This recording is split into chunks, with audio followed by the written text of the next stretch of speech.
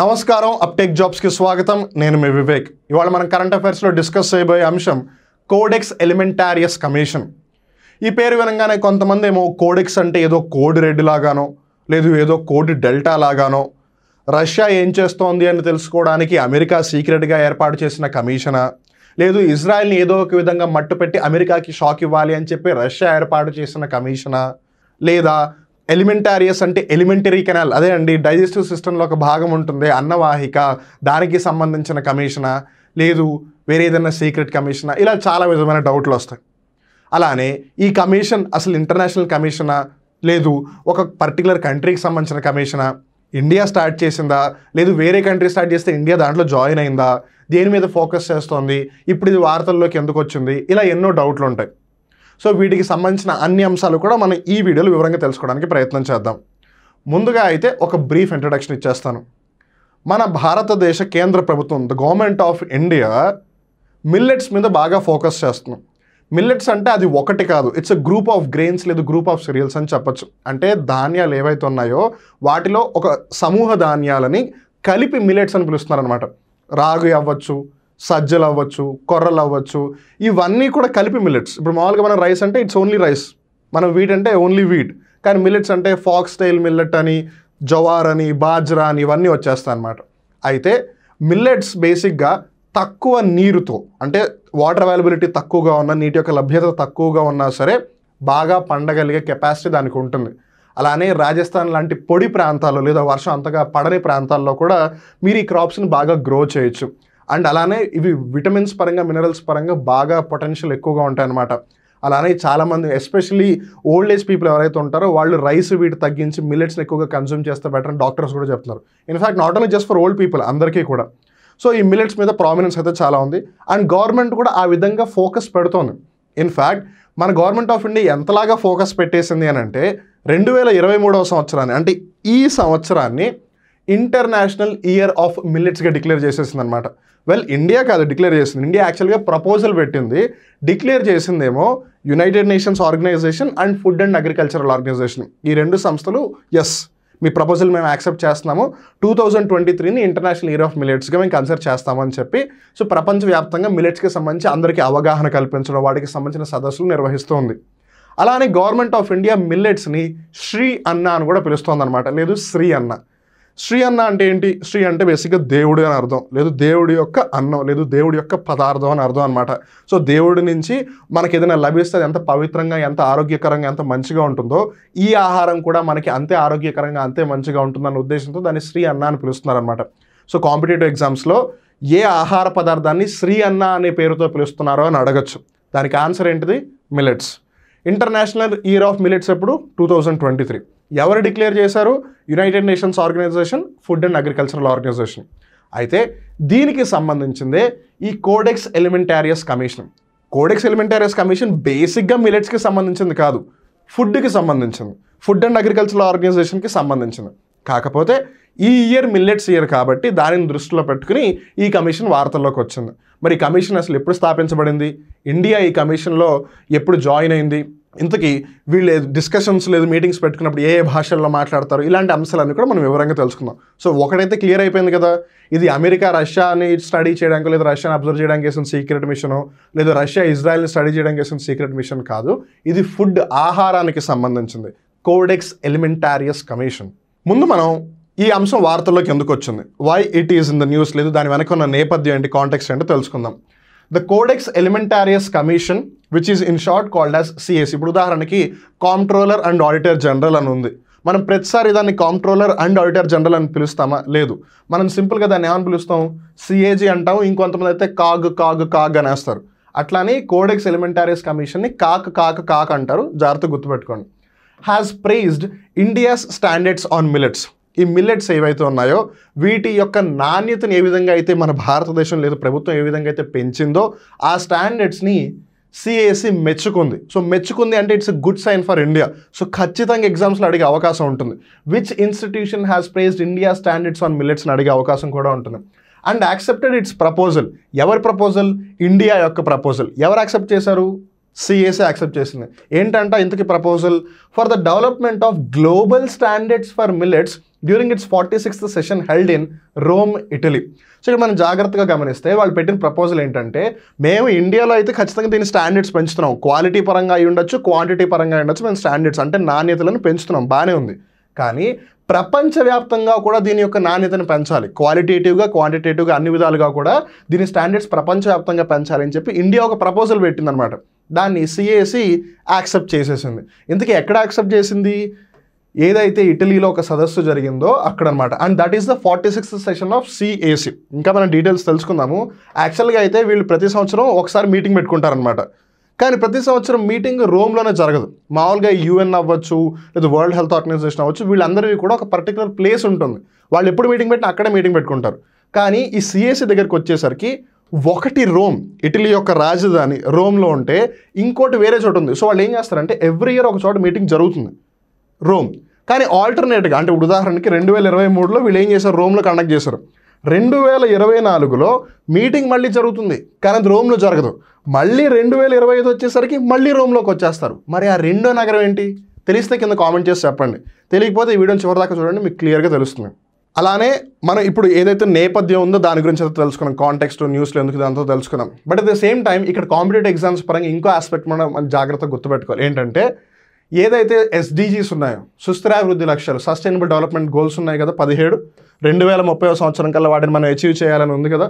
So వాటిల్లో ఈ సిఏసికి relate అయ్యి, ఇప్పుడు సిఏసి మన ఇండియా ప్రపోజల్ యాక్సెప్ట్ చేస్తుంది కదా, సో ఆ విధంగా ఒక 2 ఎస్డీజీస్ మనం గుర్తుపెట్టుకోవాలి. ఏంటంటే SDG number 2 zero hunger, SDG number 3 good health and wellbeing.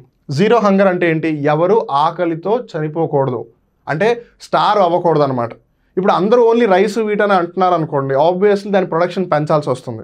కానీ అన్ని చోట్ల క్లైమేట్ సహకరించదు. అండ్ రైస్ మామూలుగానే వాటర్ ఇంటెన్సివ్ క్రాప్, అంటే నీరు ఎక్కువగా కావాలి. మరి అలాంటప్పుడు ఎక్కడైతే వర్షాలు తక్కువగా పడతాయో, లేదా ఎక్కడైతే నీరు యొక్క లభ్యత తక్కువగా ఉంటుందో, మరి అప్పుడు దాని పరిస్థితి ఏంటి? కానీ మిల్లెట్స్ వాటర్ అవైలబిలిటీ తక్కువ, లేదు రెయిన్ తక్కువగా ఉన్నా సరే అక్కడ పండుతుంది కదా. And more over it's a course grain. అలానే న్యూట్రియంట్స్, మినరల్స్, విటమిన్స్ చాలా ఎక్కువగా ఉంటాయని మనం ఆల్రెడీ తెలుసుకున్నాం. సో ఆ విధంగా అందరికీ ఆకలి ఏదైతే సమస్యగా ఉందో దానిని మనం సాల్వ్ చేయొచ్చు. అలానే వాళ్ళకి పోషకాలు కూడా లభిస్తాయి. సో జీరో హంగర్ ఆ విధంగా ట్యాకిల్ చేస్తుంది ఈ millets. Good health and wellbeing. So obviously vitamins, minerals, nutrients ఇవన్నీ వచ్చినప్పుడు మీరు పోషకాహారం తీసుకుంటే మీరు ఆరోగ్యకరంగానే ఉంటారు. సో ఏవైతే 2 ఎస్డీజీ లక్ష్యాలు ఉన్నాయో వాటిని చేరడానికి, లేదు వాటిని రీచ్ అవ్వడానికి మిల్లెట్స్ మనకి హెల్ప్ అవుతుంది. కాబట్టి ఈ సిఏసి ఖచ్చితంగా వార్తల్లో ఉంటుంది, because it has accepted the proposal of India and it is also focusing upon the SDG అసలు, and that can be one of the reason for it actually అని చెప్పొచ్చు. Now let's try to get to know about CS. ఈ Codex Alimentarius commission ఏదైతే ఉందో దీని గురించి తెలుసుకోవడానికి ప్రయత్నం చేద్దాం. It is an intergovernmental food standards body. So inter governmental అంటే ఏంటి, ఒక ప్రభుత్వం కాదు, ప్రతి ఒక్క దేశంలో ఒక ప్రభుత్వం ఉంటుంది కదా. సో ఆ ప్రభుత్వాలన్నీ కలిపి ఫుడ్ స్టాండర్డ్స్, ఆహారం యొక్క నాణ్యతకి సంబంధించి ఏర్పాటు చేసిన ఒక సంస్థ లేదా వ్యవస్థ అని చెప్పొచ్చు. It's an intergovernmental food standards body. దీనిని ఎప్పుడు స్థాపించారు? 1963. It has been established in the year 1963. The term Codex Alimentarius is Latin for food code. So చాలామందికి అంతగా అర్థం కాకపోవచ్చు కోడెక్స్ ఎలిమెంటారియస్ కమిషన్లో. కమిషన్ అనేది అందరికీ అర్థం అవుతుంది, బట్ ఈ కోడెక్స్ ఎలిమెంటారియస్ అని అంతగా అర్థం కాకపోవచ్చు. బట్ నేను ఇందాక మీకు ఆల్రెడీ బ్రీఫ్ ఇంట్రొడక్షన్ ఇచ్చేసా కదా, ఎలిమెంటేరియస్ అంటే ఎలిమెంటరీ కెనాల్కి సంబంధించిన నేను. సో బేసిక్గా అది కోడెక్స్ ఎలిమెంటారియస్ అంటే లాటిన్ భాషను మనం ఒకవేళ ట్రాన్స్లేట్ చేస్తే ఇంగ్లీష్లోకి ఫుడ్ కోడ్ అనమాట. So food code commission. ఇంతకీ ఏం కోడ్ చేస్తున్నారు వాళ్ళు? స్టాండర్డ్స్. సో ఫుడ్ స్టాండర్డ్కి సంబంధించి వాళ్ళు ఏదైతే ఒక కోడ్ సెట్ చేస్తారో, ఒక స్టాండర్డ్ని సెట్ చేస్తారో అదనమాట. సో ఫుడ్ కోడ్ కమిషన్ని అఫీషియల్గా అయితే కోడెక్స్ ఎలిమెంటారియస్ కమిషన్ అని పిలుస్తారు. క్లియర్ కదా?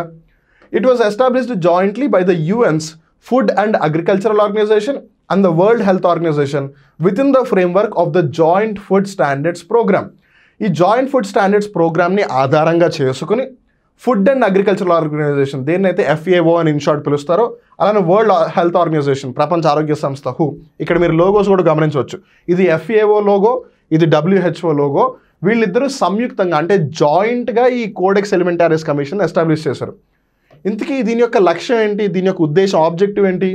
To protect consumers health and ensure fair practices in the food trade. So బేసిక్గా ఎవరైతే వినియోగదారులు ఉన్నారో, లేదా ఎవరైతే ఆహారాన్ని తీసుకుంటున్నారో వాళ్ళందరూ కూడా ఆరోగ్యకరంగా ఉండాలి. అలానే ఈ ధాన్యాలు ఏవైతే ఉన్నాయో వీటన్నిటికీ సంబంధించిన వ్యాపారాలు ఏవైతే జరుగుతున్నాయో అక్కడంతా కూడా బాగుండాలి. ఫెయిర్ ప్రాక్టీసెస్ అంటే పారదర్శకత ఉండడం, అకౌంటబిలిటీ ఉండడం, అలానే ఎక్కడా కూడా బ్లాక్ మార్కెటింగ్ చేయడం కానీ, లేదు దాచేసుకుని ధాన్యాలు దాని డిమాండ్ని ఫేక్గా క్రియేట్ చేసేసి మార్కెట్లో హై ప్రైసెస్కి అమ్మడం కానీ ఇలాంటివి జరగకుండా చూసుకుంటుందన్నమాట. మరి ప్రస్తుతం ఈ కోడెక్స్ ఎలిమెంటారియస్ కమిషన్లో సభ్య దేశాలు ఎన్ని అని గమనిస్తే currently there are 189 member nations. So 189 దేశాలు ఇందులో సభ్యత్వం పొందిన దేశాలు అనమాట. అలా ఇక్కడ మనం జాగ్రత్తగా గమనిస్తే ఆ 189th కంట్రీ ఏదైతే ఉందో in fact it's not a country, rather it's a union. So ఈ 189 సభ్యత్వం పొందిన దేశాలు లేదా సభ్యులు ఎవరైతే ఉన్నారో వాళ్ళలో 188 ఏమో దేశాలు. Even India is also member of it. India కూడా ఇందులో ఒక సభ్య దేశమే. అలానే ఐరోపా సమాఖ్య కూడా ఒక సభ్యత్వం పొందిందనమాట. So membership of the commission is open to all member nations and associate members of FAO and WHO which are interested in international food standards. So ఇక్కడ జాగ్రత్తగా గమనిస్తే ఈ కోడెక్స్ ఎలిమెంటారియస్ కమిషన్కి మెంబర్షిప్ ఎలా ఇస్తారు, సభ్యత్వం ఎలా ఇస్తారు అని అంటే ఇట్స్ ఓపెన్ టు ఆల్. ఎవరైనా సభ్యత్వం పొందొచ్చు.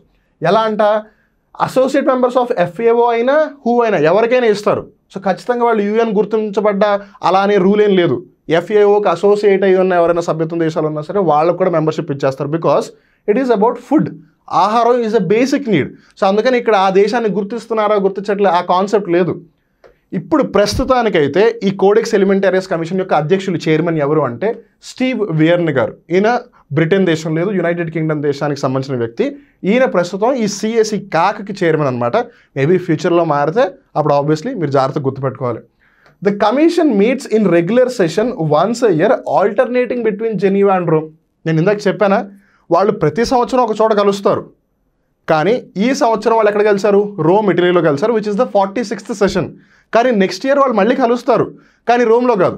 మళ్ళీ 2025లో రోమ్లో కలుస్తారు, మళ్ళీ 2026లో కాదు, మళ్ళీ 2027లో రోమ్లో కలుస్తారు. దీన్ని బట్టి మనకి ఏమర్థమవుతోంది, ఎప్పుడు ఆడ్ ఇయర్ వచ్చినా సరే వాళ్ళు ఇటలీలోని రోమ్లో కలుస్తారు. ఎప్పుడు ఈవెన్ నెంబర్ అంటే 2024, 2026, 2028, 2030 అలా వస్తే వాళ్ళు జెనీవాలో మీట్ అవుతారనమాట.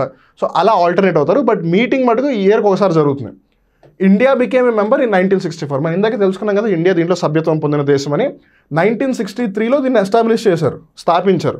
1964లో ఇండియా దాంట్లో సభ్యత్వం పొందేసింది. అలానే the commission works in the 6 UN official languages. So వీళ్ళు ఏ డిస్కషన్స్ పెట్టుకున్నా, లేదు వీళ్ళ యొక్క ఏవైతే సమ్మిట్స్ ఉన్నాయో, కాన్ఫరెన్సెస్ ఉన్నాయో అవన్నీ కూడా ఐక్యరాజ్య సమితికి సంబంధించి ఏవైతే అధికార భాషలు ఉన్నాయో వాటన్నిటిలో కూడా ఇది ఈ ప్రోగ్రామ్స్ని కండక్ట్ చేస్తుంది. సో ఆ లాంగ్వేజెస్ ఏంటి, English, Arabic, French, Chinese, Russian, Spanish. కొన్నిసార్లు ఈ చైనీస్ బదులు మ్యాండరిన్ అని కూడా ఉంటుంది. సో కన్ఫ్యూజ్ అవ్వద్దు. English, Arabic, French, Chinese, Russian, Spanish ఈ 6 భాషల్లో వీళ్ళు వాళ్ళ ప్రొసీడింగ్స్ అన్నింటిని కూడా కంటిన్యూ చేస్తారు. So that is all about CAC, Codex Alimentarius Commission, CAC. సింపుల్గా గుర్తుపెట్టుకోవాలంటే ఫుడ్ కోడ్ కమిషన్, ఫుడ్కి సంబంధించి కోడ్ని ఎస్టాబ్లిష్ చేసే ఒక commission. I hope things are clear. బాగుంది కదా, మీకు నచ్చిందా? నచ్చితే లైక్ చేయండి, నచ్చకపోతే మీ ఇష్టం. ఒకవేళ ఈ వీడియోకి సంబంధించి మీరు ఏదైనా చెప్పాలి అని అనుకుంటే కనుక హ్యాపీగా కింద కామెంట్ చేసి చెప్పండి. మీరు ఏమనుకుంటున్నారని తెలుసుకోవాలి, మేము కూడా ఆసక్తిగా వెయిట్ చేస్తాం. అలానే ఈ వీడియో ఇంకా 10 మందికి చూపిస్తే వాళ్ళకు కూడా అవగాహన వస్తుంది కదా, వాళ్ళకు కూడా అవేర్నెస్ వస్తుంది కదా అని మీరు అనుకుంటే కనుక లేట్ చేయకుండా వెంటనే షేర్ చేయండి. ఒకవేళ మీరు అప్టేక్ జాబ్స్ యూట్యూబ్ ఛానల్కి మొట్టమొదటిసారిగా వచ్చినట్టయితే ఛానల్ని సబ్స్క్రైబ్ చేసుకోండి. అండ్ ఇక్కడ ఒక ఇంపార్టెంట్ విషయం కూడా మీకు చెప్పాలి. అప్టేక్ జాబ్స్ ఏదైతే నవాంశ అని ఒక current affairs monthly edition in brief release చేస్తుందో నవంబర్ నెలది డిసెంబర్ 9th రిలీజ్ అవుతుంది అనమాట. So don't miss it. ఇక్కడితో వాళ్ళ కరెంట్ అఫైర్ ఎపిసోడ్ ముగుస్తుంది. మళ్ళీ ఇంకో రోజు ఇంకో కొత్త కరెంట్ అఫైర్ ఎపిసోడ్లో కలుద్దాం. అప్పటి వరకు చూస్తూనే ఉండండి అప్టేక్ జాబ్స్. మిమ్మల్ని మీరు అప్డేట్ చేసుకుంటూ ఉండండి. నేను మీ వివేక్. నమస్కారం.